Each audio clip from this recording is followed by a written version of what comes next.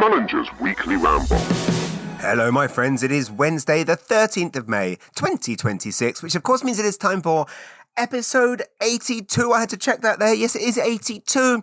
Episode 82 of Mullinger's Weekly Ramble. I hope your week has been wonderful and eventful, but eventful in the best possible ways and not in the worst possible ways. Not eventful like the universe is eventful now, i.e. burning and just full of shit. Thank you all so much for being here. I hope you did everyone get their census in on time?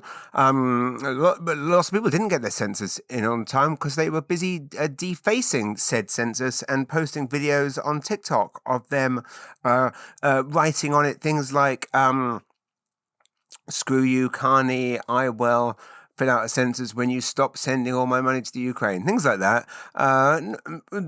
Very un-Canadian behaviour. Although I can sympathise with people's, frustration at the government asking them to do things if they feel hard done by. Why am I always trying to find a justification for stupid actions? I don't know. I didn't do our census and I didn't know about it, to be honest. But luckily my wife did it. That's pretty much how everything in this household works. I have no idea that a thing exists, and then when I find out said thing exists, before I have a chance to talk about how stupid said thing is, my wife tells me she's already done it, and then I can move on and then not waste time talking about it on a podcast when no one gives a shit. But I'll tell you what I also didn't give a shit about was Justin. I don't know if I needed Justin Trudeau's selfie of him doing his census. I get why he's doing it, kind of, hey, look, do a good thing. I guess it would make a difference if he was someone that was still kind of universally liked. And again, I mean, contrary to what all the people seem to think who commented on the video that I posted of the jokes that I made about Trudeau and Katy Perry, I actually, and again, don't stop listening just because we disagree politically. I always liked Trudeau, or at least certainly don't hate him. Do I think he's a bit of a knob for posting pictures of himself at census and saying, you should all do this? Kind of, because we've kind of established that, really, the wrong people endorsing things is what got Trump elected, right? One of the things that got Trump elected was all of the celebrities that feel so grossly out of touch to normal people's lives endorsing Kamala. Was that the thing that got Trump in? There's other things. What's my point? My point is, what's Trudeau doing? What is? Social media, we know, is some of us are addicted to it. Some of you, I know for a fact, because you've messaged me and told me, are off it completely, like my wife is. One of my dearest friends, who I was with on Saturday night, is off it completely. The managing director of a hugely respected company, a beautiful family man who lives life to the fullest. Of course, he's not wasting his goddamn time looking at all of that shit and diarrhea. Of course, Trudeau was the one who broke. I guess this is a reason for me to not like him, but I guess I try to not dislike anyone except the worst people in the world. Trudeau, of course, famously is the one who, in his tenure as the leader, he instigated this whole situation which led to Meta banning all news on all Meta platforms in Canada. Does everyone know this? Canada's the only country in the world where you can't share news on it. Trudeau said he did it to protect Canadian media, then proceeded to spend all of his advertising money on TikTok and Meta. This is an ongoing hypocrisy that I don't know if everyone is aware of, where basically governments speak out against the thing, or they tell you elbows up, and then they send all their money to Mark Zuckerberg. Anyway, my point is, I didn't need a selfie of Trudeau saying that he's filled out his census. I don't think it made anyone go and do the census. It also reeks a bit of like, hey, look, don't forget about me, which is basically what all social media all the time is all, hey, don't forget about me. Anyway,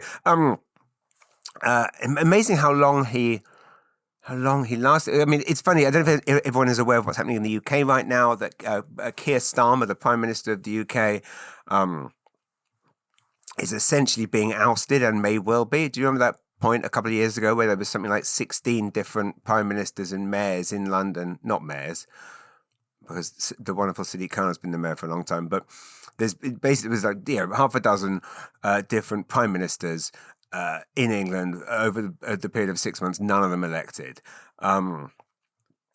It is amazing because Keir Starmer, for those of you that don't know, is the Prime Minister, but also leader of obviously the Liberal Party, sorry, not Liberal, the Labour Party, which is essentially UK's Liberal Party, even though we also have a Liberal Party there, but that is a different Liberal Party because they once sold their souls out by teaming up with the far right-wing Conservatives, so therefore negating them from ever becoming a kind of, respected political party again. Hopefully kind of like how what the Republicans have done for themselves in America right now by backing and pretending to support and agree with all the things that are happening.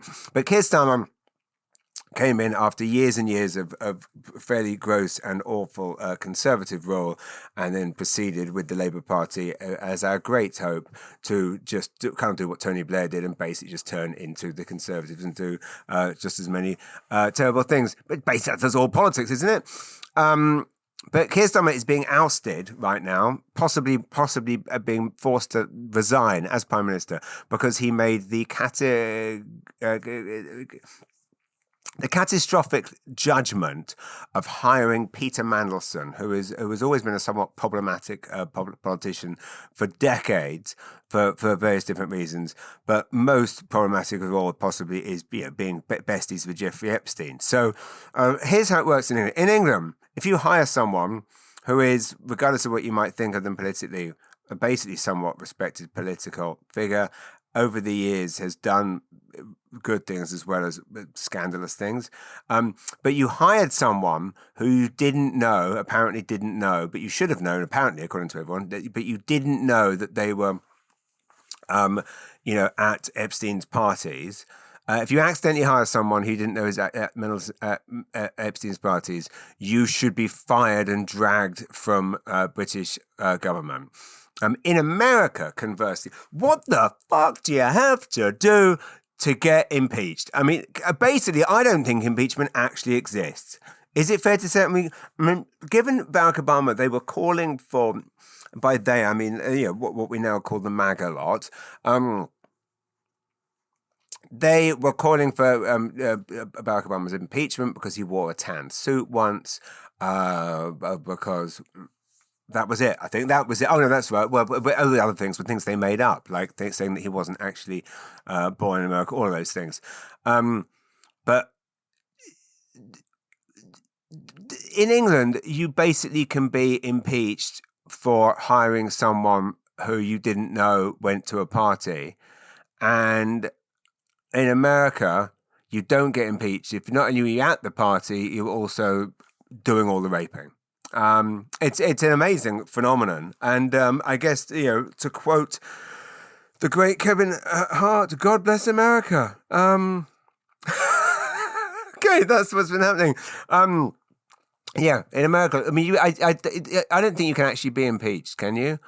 Was Nixon impeached, or did he quit in disgrace for telling a little porky pie? Yeah, I don't think it can be. The new COVID, will it be as fun as the old COVID is the question on everybody's lips. I mean, so far, it's just, I don't know what it is so far. I don't know. Well, I do have a pile of newspapers next to me. In a minute, I'll go through what's in the newspaper, shall I? Because as I mentioned last week, a very, very dear friend in my neighborhood gifts me his newspapers when he's finished with them. So I have all the newspapers from all over the world, so I can tell you what's been happening in the world. But the new COVID, I wonder if it comes, would it be nice this time? Because who else somewhat enjoyed? Like I know why. I know all the reasons why the COVID was awful. I know all that. We all know those. So I won't be highlighting or dwelling on this. But can we agree that there was something quite fun about waking up hungover and knowing you could start drinking within about 2 hours, and that was going to be fine? Was that quite fun? Do alcoholics have the right idea? I mean, why is it that if alcoholics had it so wrong, then why do we all behave like alcoholics the first chance we get? COVID, Christmas Day, holidays, resort in Mexico.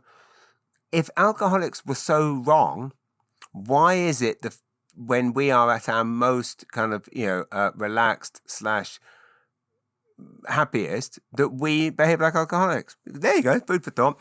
Okay, let me quickly whiz through the week. As last week, I did not finish all of the 50 jokes I promised to tell you because if you can quite believe it, I ended up going on quite a few tangents. I mean, it's shocking. I had a wonderful morning this morning chatting with the amazing Don Munro, who has been one of the leading forces at CBC Cape Breton for many years, possibly decades. I'm honoured to be doing an interview with him for the CBC show that I adore, Atlantic Voice.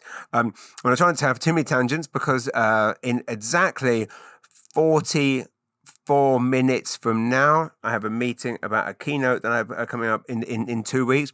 So, as the actress said to the bishop, this is going to be tight. Did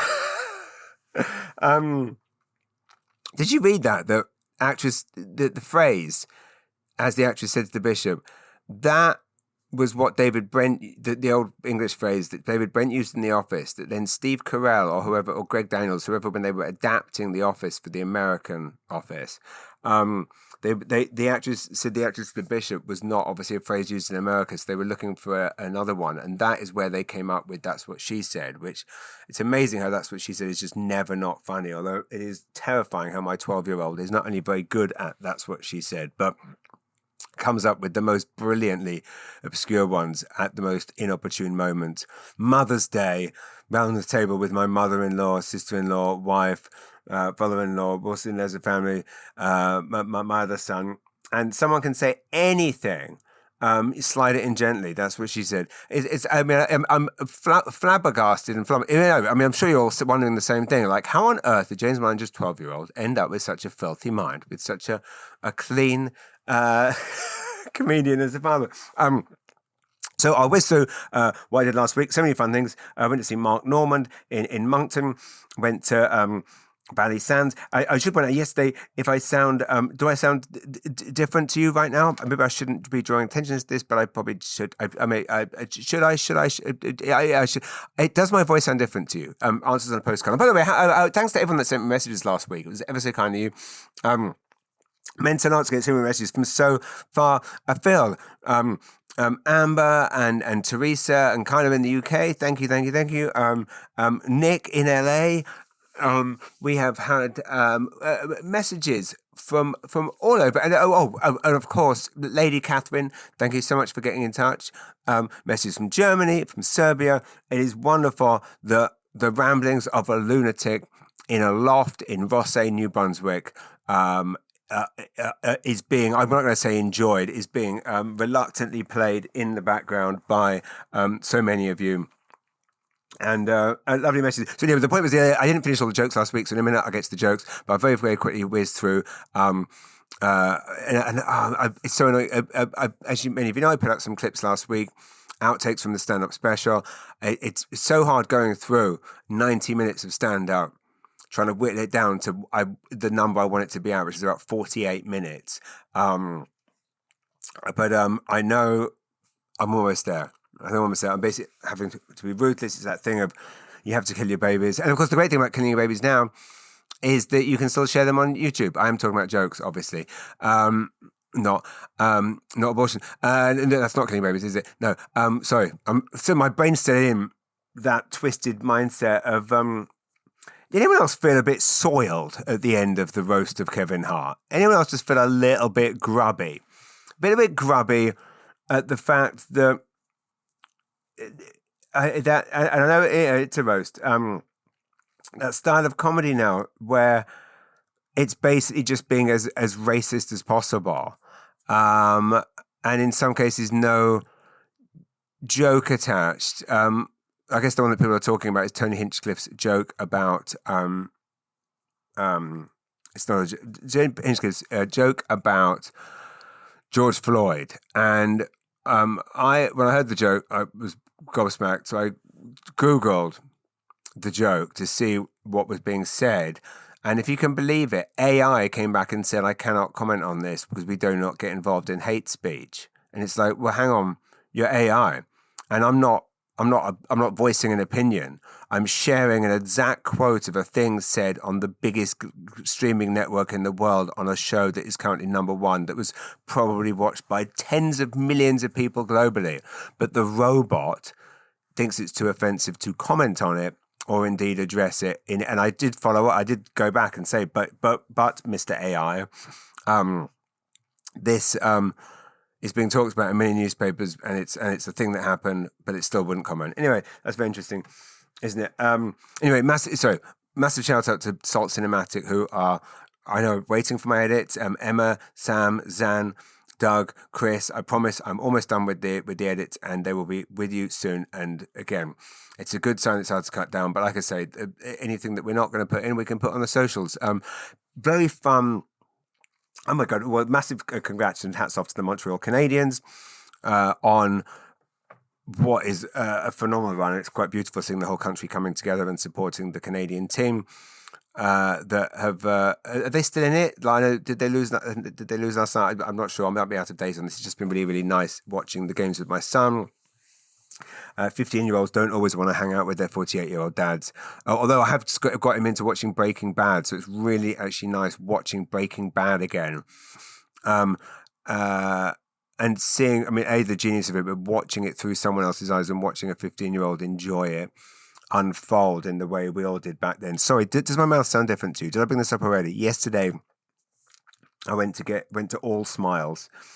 Dr. Joseph Stanley, world-class orthodontist, to finally get my teeth fixed. Basically, I don't know if many of you know. Many of you may, the man who makes people smile for a living. I don't have the best smile, so I finally, for years, basically, I've been told to get these bottom row of my teeth fixed. Actually, I was about 9 years old, I think, when my mum and I went to the dentist, and my brother got braces, and they said, James really needs braces.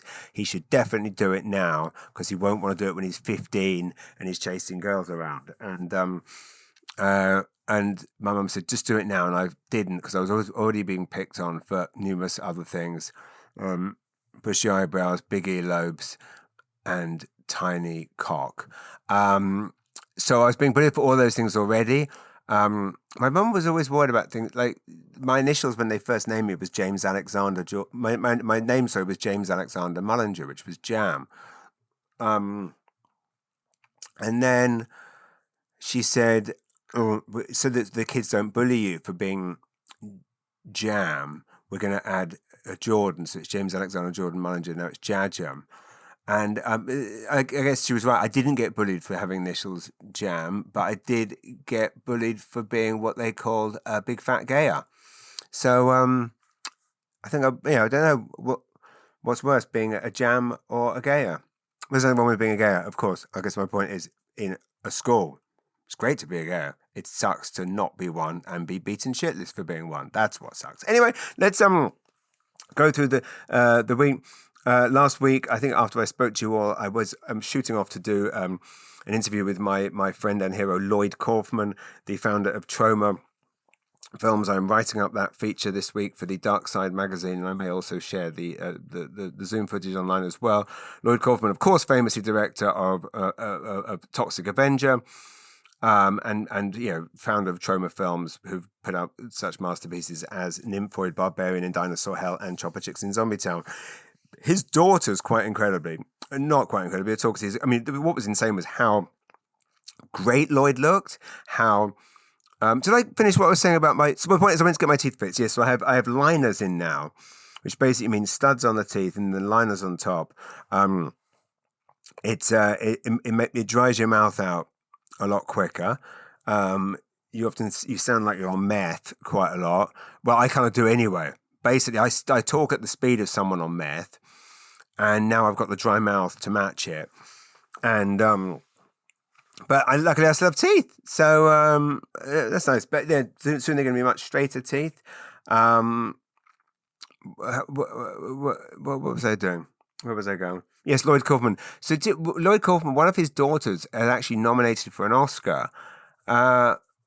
She was actually one of the people behind the Arkansas Project, which is the incredible Oscar-nominated documentary where they managed to sneak cameras into some of these, terrible, terrible jails where inmates are treated appallingly. And essentially it was to highlight, I mean, we've known this for years, and it's amazing we still let it go on.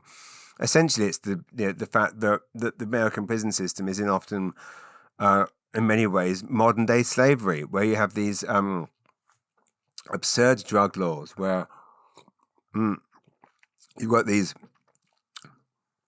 people who were arrested, for or the 3 strikes rule, caught in possession of cannabis 3 times, sentenced to life in prison. Maybe eventually get out, and suddenly now there's dispensaries everywhere, run by white hipsters, and while they're in these maximum security jails for years, they're being forced to basically work for kind of 20 cents a day, cleaning gardening the governor's grounds. I mean, absolutely horrific. One of these just horrific facts of awful facts of modern life that, again, we've all just come to accept. Anyway, Lloyd Kaufman's daughter directed, or was one of the producers or directors of that film. His other daughter has also made an amazing film called Occupy Cannes about the Trauma team's various efforts to infiltrate the Cannes Film Festival.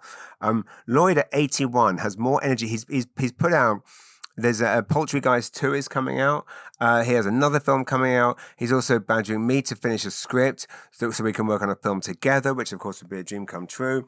And he's 81, looks great, full of energy. So that was then last week. After that, last Wednesday night, had a night and watched Emma Thompson in the film Dead of Winter, which is very wonderful if you love the Kingston Peninsula, because it looks just like that. But it's frozen rivers, and it's frozen rivers. That's the connections to the peninsula. That's it. Thursday went to see the amazing Kelly Lawson to get my to get the shoot done for the cover of the next book. Sent out a ton more VHS videos that I've been selling on Facebook Marketplace, having discovered that, I think I mentioned this last week, sitting on an absolute goldmine. Friday night was the RNS art sale, which is absolutely wonderful. So many beautiful paintings there by amazing people like Elizabeth Cook, Fabiola Martinez, Robert Moore. I mean, tons of incredible artists. Absolutely beautiful. It's so nice seeing things like Fabiola's picture of St. Paul's Church, another painting that I can't remember the name of the artist, someone jumping off the wharf, which is basically the highlight of my summer every year, my year every year. And then I discovered that my wife's nail salon is right beside Valley Sands. And a beautiful sign of Valley Sands is, has anyone been to Valley Sands lately? The bar in Quispam or Rosse, or one of the two, or both, or on the border, who knows, Kingshurst. Your guess is as good as mine. Absolutely gorgeous in there. Spotless, beautiful. I went in there for a fun night with Ethan Ash a couple of years ago. And I now realise that when my wife goes in for get her nails done, I can go for a cheeky pint in Valley Sands. And again, the amazing staff there, the amazing barmaid there was the same barmaid that was there 10 years ago, more than 10 years ago, when I did a gig there in 2014 or 2015 with Francoise Weber for Yuck Yucks. Anyway, let's speed things along. Saturday night, went to see Mark Normand in Moncton. Absolutely phenomenal show. Love the Moncton Casino. Great venue. Unsurprisingly, given Normand's profile right now, and I guess by profile I mean it's fascinating how the system changed. I saw a clip of him and Joe List talking on their podcast about the fact that, like, Normand's obviously are often like, because he's in the mindset of what we all grew up with, which is movies and TVs. He has it in his head that he hasn't quite made it, but as Joe List points out to him, it's like everything's changed now. And so now the superstars of comedy are born out of podcast, not this one, obviously, podcasts and clips on social media, obviously Netflix. But so in the case of Norman and Sam Morril, they exploded during COVID when they were going out and doing gigs in odd places, like on roofs and things like, New York roofs, or places where they could do socially distanced gigs. And did I finish the point about my teeth? I think so. The point is, I went to All Smiles yesterday. Dr. Joseph Stanley, I've been fitted a few weeks ago. I've now got the liners in. They're going to be in for about a year. I've been putting it off for a very, very, very long time, worried that it would change how I speak. I don't know if it does. Maybe you can tell me. It has worried me so much. So the point is, sorry, that's what I was saying, was that when I was like 9, they told me to do it, and then because they thought they thought I'd want it done by the time I was 16. Now it turned out when I was 16, I wasn't chasing girls, but so it kind of didn't matter that I had crooked teeth, and I've lived with them ever since. My wife's had her teeth done, my son's. Now we decided it was my turn. Anyway, what's my point? Yeah, I always worried me. It's the same reason I don't take the ADHD meds. So I don't want to affect my performance on stage. So I was worried that this might affect my performance on stage. Hopefully it won't. Where am I going with this? That's why I sound weird. But anyway, I had a lovely, lovely time. And it's actually far less obtrusive than I thought it was going to be. And the people at All Smiles are absolute geniuses. Hats off to lovely Martha and indeed everyone there. Mark Norman, Saturday night. So... yeah, he's kind of built up this. Yeah, Joe List makes this point to him on the podcast about the fact that the landscape changing. That Mark Norman makes some comment like, "Yeah, how are you going to compete with like Louis or someone that's had, 10 seasons of a massive award-winning show on?" And as Joe List said, like for young people, that doesn't mean anything anymore. Like having a sitcom or a movie is an old person's thing. Now what sells the tickets is people seeing these clips online. I mean, look, I'm sure it's going to happen soon enough, but like Matt Rife hasn't been in a movie, hasn't done a sitcom.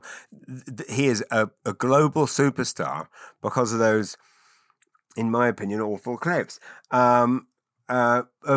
of stuff that, again, I know that's what people like now, and that's great. They have people like, hey, how long you been sleeping with each other with crasser language, and how big's your member, blah blah blah. It's hysterical, but people love it. But Mark Norman, is without doubt a comedy genius. What's my point? So anyway, unsurprisingly, 2,000 seats sold out at Moncton. Phenomenal show. My friend Adam, who I went with, had said, I'm not going to watch the new special on Netflix, because it might spoil it. And I kept saying to him, well, it doesn't matter. My mouth's going dry. Because none of the jokes from the special will be in there. And it's interesting how many comics are those comedians, the Netflix comics now, are different to the old guard in that they will not, Norman, would not come out and repeat a single joke from the special. But I've heard him talking about this on the podcast that he does with Sam Morrell, We Might Be Drunk, about the fact that he's playing these gorgeous theatres now in the weeks after the special, and he was like complaining the other week it was like Bomb City. He was going out into this gorgeous theatre, and all these thousands of people come out, paying lots of money, and he's bombing because he's got no material. Now, as to me, it's slightly weird that obviously, it's great to want to come out and do new material and start building a new special. But don't you build it in a small club first? Or if you are doing a big theatre, why not bill it as a work in progress? That way you haven't got that pressure. But then he would possibly argue that without the pressure, it doesn't get to be good. But it's like, yeah, but if while you're still working it out, why not? Anyway, it doesn't seem to be the way now. It seems like now, these massive name comedians, the Shane Gillises, the Normans, whoever, they are working stuff out on stage at these massive rooms, even in arenas. They're not selling it as a work in progress. They're just saying, hey, one of the fun things actually on Norman's show was he actually did give us a preview of 2 of Shane Gillis's roast jokes for the Kevin Hart roast. Isn't it amazing how many jokes you can make about a person being short? Like, because if you were asked, like, name a hacky subject, and it's and for stand up it's like airport security, whatever. But like a man being quite short, and you can come up with 1,000 jokes and somehow make them all either misogynistic and racist, is quite a skill. Where am I going with this? So Mark Norman had been talking about this on the podcast, but the fact that he was worried that doing these gigs and not doing well because he hasn't got any. He's got no material now. But then he said at one point he might have like 25 minutes. Now, what was very interesting, I've read about his live shows and how the structure tends to be that it's like 50 minutes, generally on a tour show, not this early on in a tour, but in a tour show, once a show's, it's like 15 minutes of gold, then he kind of goes to like, some scraps of paper, then he goes to the audience, so what else is going on? They shout things, he improvises, and then he gets clips for the YouTubes. And then oddly, he just, rather than having a big finish, which you would think he would do, like plan a bit, like the most solid bit that you've got that everyone hasn't heard, that hasn't been on a special, close with that, leave the stage on a high. I'd read that's not how it works. So the show was a very, very, very pleasant surprise, because I would say he came out of the gate with 25 minutes of pretty killer. And again, he was running late. He was on stage maybe 2 hours late because Air Canada delayed his flight from Toronto. And he basically landed at Moncton Airport. Hunter was actually tracking his flight. It was so nice going to watch one of the best comedians in the world with my son. Like, greatest feeling in the world. As Adam Newhouse said to me the next day, like listening to Hunter laugh was one of the best things about the night, if not that. It was just so nice sitting with your son, watching one of the best comedians in the world, laughing his ass off and getting jokes that we wouldn't have got 3 years ago, or a lot of people wouldn't get. Anyway, so Norman comes out the gate with 25 minutes of, I would say, and it was so nice bumping into so many people, other comedy fans, other comedians, John Scrive Nelson, his amazing wife, Taylor Lakeport. It was as if every comedian in the Maritimes had descended upon the casino. So he opens with 25 minutes out the gate. Interestingly, he's obviously recently had a baby, so a lot of it is about having a baby.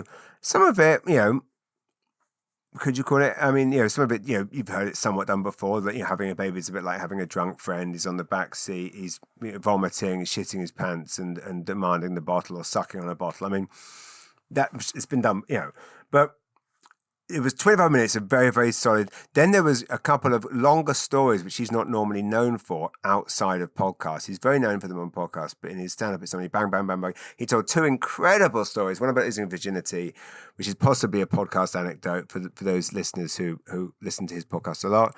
And another, which was an extended story of something he has talked about before, which is when he had a nanny who was a black male transvestite. Both stories absolutely brilliant, both very funny. Neither had endings. It was quite interesting. They didn't have the big pop crescendo at the end, the balloon pop moment. It was kind of but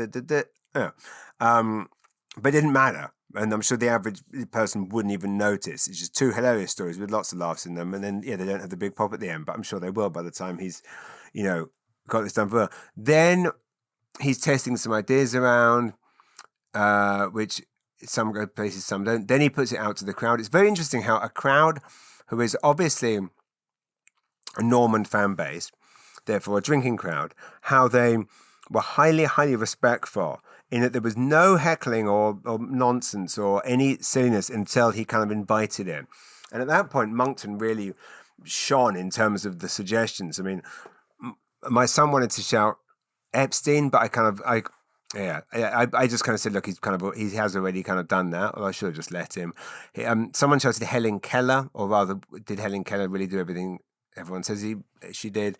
He had a very funny response to that. There was a would you rather that was rather what was the would you rather? Would you rather finger your mum or finger your dead mum or blow Samuel maybe? Anyway, he had fun with that. Don't know if anything was. But anyway, this is my point, was that he runs on stage. He basically shoots straight from the airport, and Hunter was tracking his flight. He landed like 13 minutes before essentially walking on stage or thereabouts, something like ridiculous. And he basically arrives, runs straight on stage, and as he said, he's holding in a shit and basically has to do a shit. Anyway, all of this, the show's phenomenal. He ripped the roof off, standing ovation. Everyone loved it. I loved it. And ultimately, if it's this good now, 3 weeks after he just dropped a special, just imagine how good this is going to be in 2 years when he tapes it. One of the biggest surprises of the night, or not surprise, but one of the biggest pleasantries of the night was he had a fantastic Maritimes comedian opening for him called Liam Godson. Liam, while I'm watching him, he came out of the gate, and again, he had a tough job in the respect of, like, Norman's been delayed.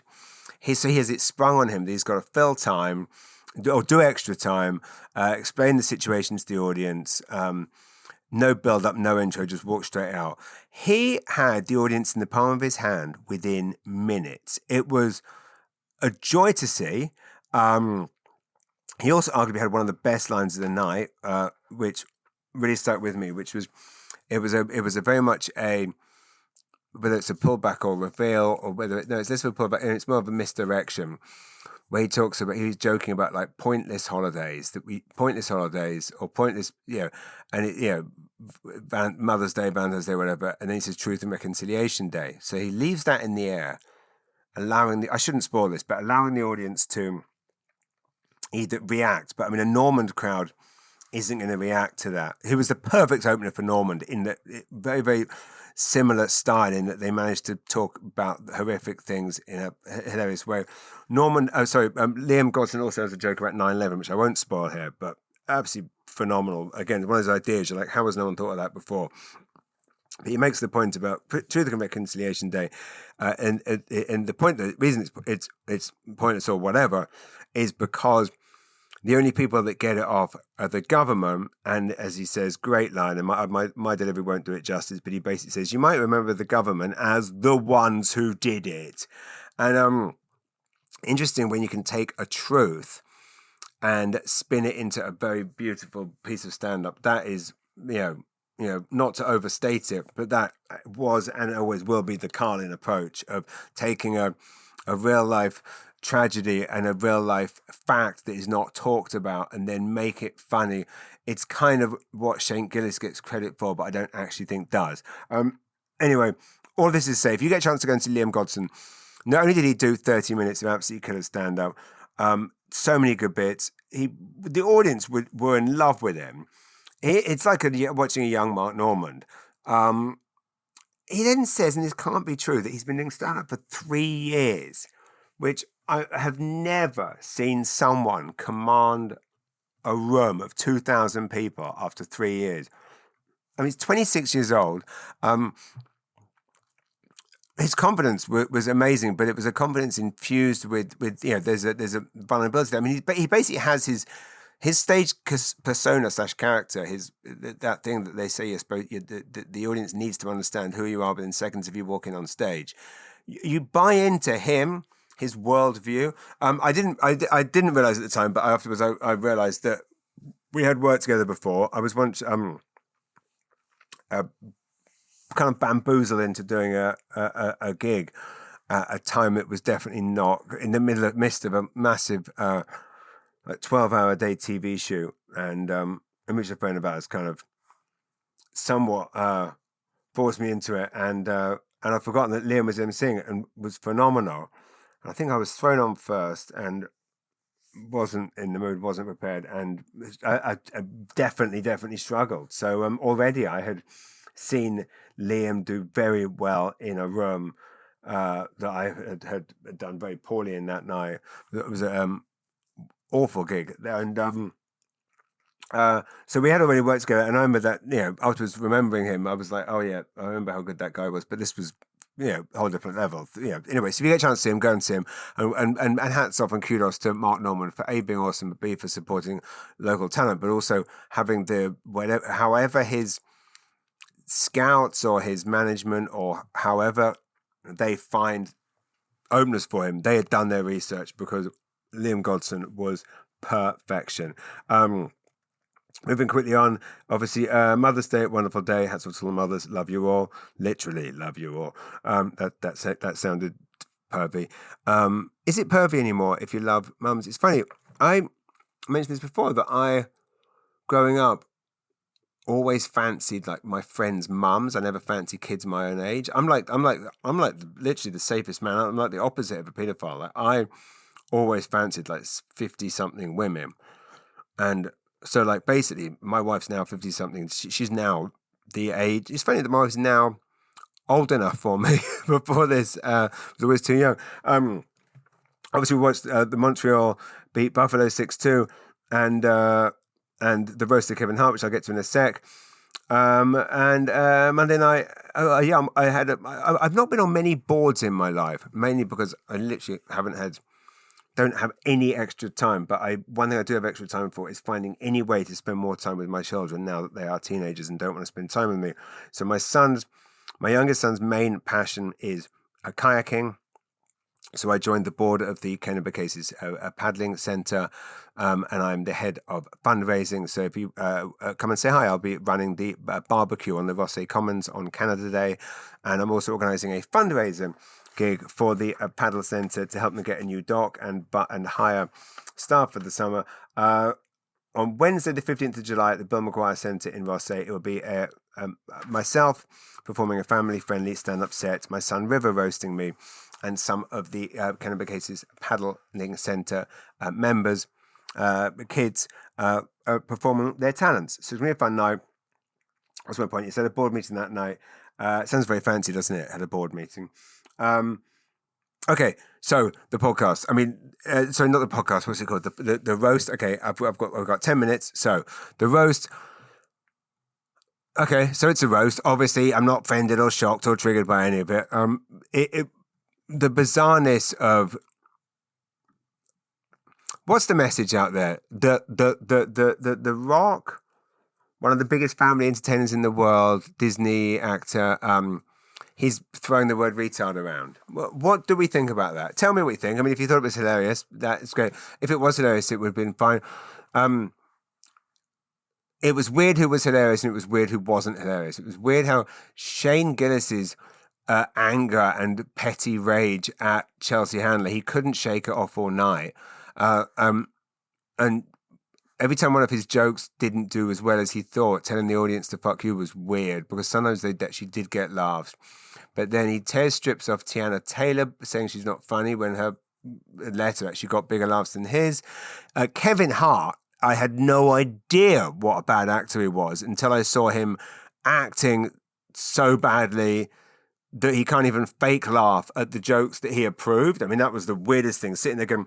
And then the weirdest moment that summed up the whole roast was when someone was up there trying to read off a joke off the teleprompter, which they obviously maybe hadn't even seen before, which is the weirdest thing, having people up there just reading off a thing. Fine to read off a thing, but things they haven't written or even seen before. And Kevin's going, read it. And then they read it, and then he fake laughs at it. I mean... He's sat there fake laughing at jokes that he's already read and watching on a teleprompter. I guess what did we learn? I guess we learned that, some black entertainers are willing to let white people around the world laugh at some of the most racist jokes if the price is right. And they all basically said that. Not person after person came up saying, I'm here for the money. So it's a weird thing. You're watching a show, everyone's just saying, I'm here for the money, because Ted Sarandos sat there in the audience like an emperor laughing along. Kevin's mate, one of the first or second comedians that was on, whose name I can't recall, did a brilliant joke about Dave Chappelle, which I thought was great. And then Shane Gillis coming and going, kind of, why would you do that? He's not going to let that go. And it's like, yeah, but maybe unlike you, Shane, he's not only worried about what other millionaires think, because he's not one. But yes, Cheryl making it clear that she's just reading off a teleprompter money was interesting. And when did it become, all this racist jokes become okay? I mean, did Trump create this landscape? It comes back to that thing about, is America the way it is because of Trump, or is Trump the way he is because of America? I mean, which way? People booing Draymond, I thought was weird. Big J, I mean, again, I'm Big J because I've never understood or found funny. But yes, The Rock making retard jokes and ass rape jokes and slavery jokes. I guess Disney is different to what it used to be.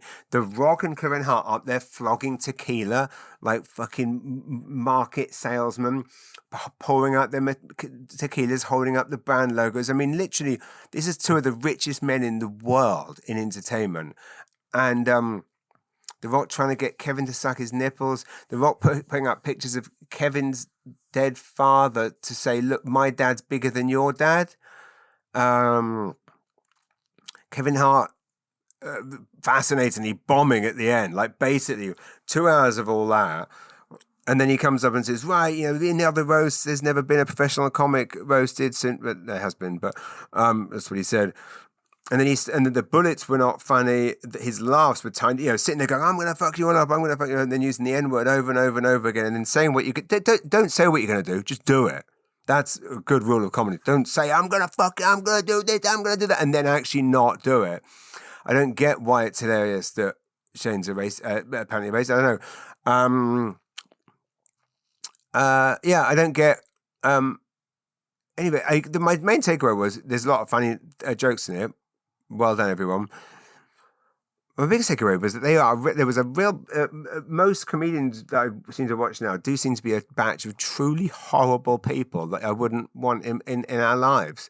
There's a comedian called Michael Blaustein that everyone's fawning over right now. He was on Mark Norman's podcast last week talking about how when he's in hotel rooms, he doesn't masturbate in the bed or in a tissue, he just does it all over the floor. And I don't know, again, and it's not a joke, it's just him saying something that he does and stands by. It's weird. When I'm on the road, not to say I've never touched myself, but I literally, because I make friends with the people cleaning the rooms and obviously also make sure they're very well looked after financially in tips, I also try and leave the room in a decent state for them.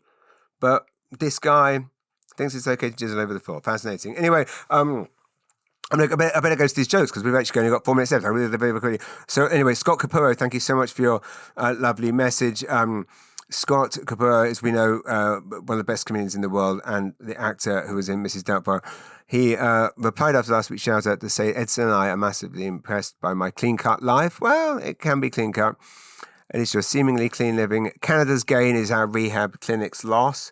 We're in the States after June 3rd. If you happen to be in California, for whatever reason, alert us so we can double bolt our door. Love you, Scott. Love you too, Scott.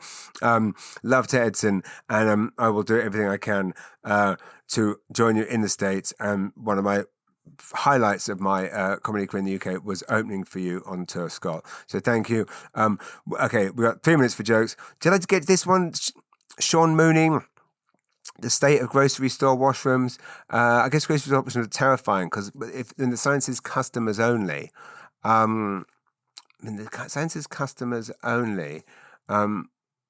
it's because it's so disgusting in there. They don't want their staff in there. It's so disgusting that they basically the grocery store washrooms right now are the way they are. Because that is what the grocery stores actually think of you. That's what they think of us when they're jacking up the prices, ripping us off, thinking we're so stupid as to fall for these buy one, get one free when the price has been tripled. They're basically saying, here's what we think of you. We've rubbed shit all over the walls, just so you know. Carolyn Augustin has said, Shannon the sea shanty mate in tutu tights. Shannon the sea shanty mate meets Tatiana Tutu in tights and toe shoes. Well, that sounds like a children's show. And less like a children's show, more like the final round of a CBC arts funding application. Michelle Lynn Petit farting in church. Jesse Campbell replied, PU. I can't beat that. Slippery Mitch, hope you're well, my friend. Life on the road, the shadiest accommodations. I am going to come back on this show and talk about the top 10 shadiest places I've ever stayed, and you're going to absolutely love it. There's a lot of filth and depravity there. Tim Andrews has asked, what about Canadians who, when they meet you, try and put off a British accent? Would they dare to do it to a Chinese person when they meet them? Always happens to me a lot, and personally I find it funny, but then that's the British sense of humour. Yeah, it's very true. Everyone I meet, they're kind of like, oh, British, eh? All right, governor. As if I've just arrived by steam train with tuberculosis. And I mean, I've never done it back in 26 years of coming. I've never been like, when someone says, hey, you're British, I never go, oh, sorry, mooses, timbits. I don't do that. But here's my challenge. Well, Tim, why don't you start doing a Chinese accent then? If you do, you could get a job working for Netflix on a roast. Richard Campbell, I think I did that joke last week. Bird feeders, did I do that? I've lost track of what jokes I did last week. Alan Butler asked about yard sales versus Facebook Marketplace. Well, a yard sale is honest. It says, my marriage survived this bread maker. Maybe yours could too. And Facebook Marketplace says, vintage artisanal farmhouse decor, $80 firm. And it's a chair with one leg and a divorce attached. Alan Butler asked about homebrewed beer. Homebrew beers, it's the one drink where people say, don't worry, mate, it's meant to smell like that, as they're hallucinating and turning blind. Did I answer this last week? I think I've done some of these jokes last week, did I? Okay, here's the deal. If you're listening, email me. If I didn't do your joke last week, email me, jamesmanager@gmail.com.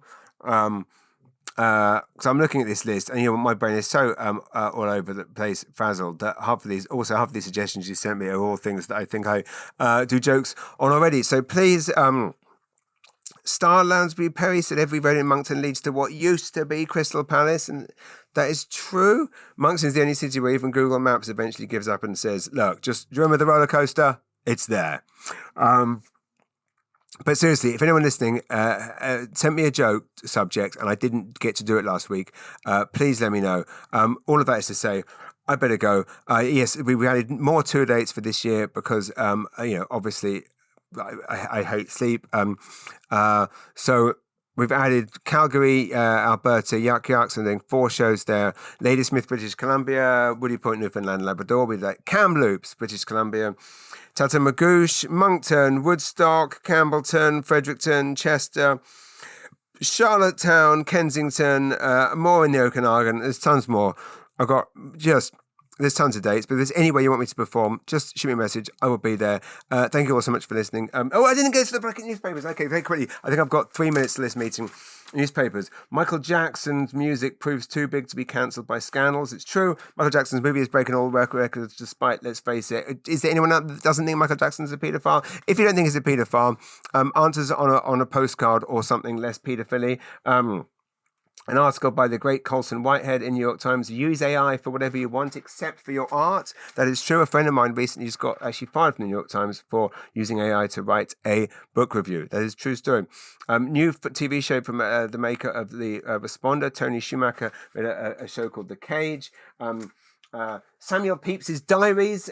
They've found a load of sex tapes, or the 18th century equivalent of a sex tape, i.e., a sex diary. So Samuel Pepys was a bit of a shagger. I'm looking at a picture of him now from the 17th century. Apparently, Samuel Pepys did a lot of fucking, and that would be a great name for the book. The Fear of 13 of Broadway stars Adrian Brody. Can we agree Adrian Brody, since he threw his chewing gum at Harvey Weinstein's abused wife? Adrian Brody can fuck off. We agree on that. Trains. Being Lena Dunham. It's not about Lena Dunham in these newspapers. If anyone is getting married and needs a wedding guide, I've got the New York Times wedding guide. I'll drop it off at your house or mail it to you. I've got stacks of these newspapers. I was going to go through all of them and I completely forgot they were sat here. If you've got any interest in the NFL or weddings or museums, let me know. I've got newspaper cousins for you. Thanks for listening. I've been James Mullinger. This podcast was brought to you by the amazing people at Podstarter. My email is jamesmullinger@gmail.com. Send me an email. I'll see you next week. Come and see a show. Come and say hi. Give me a hug. Come and see me in Sobeys. It's where Crystal Palace used to be. Love you. Bye.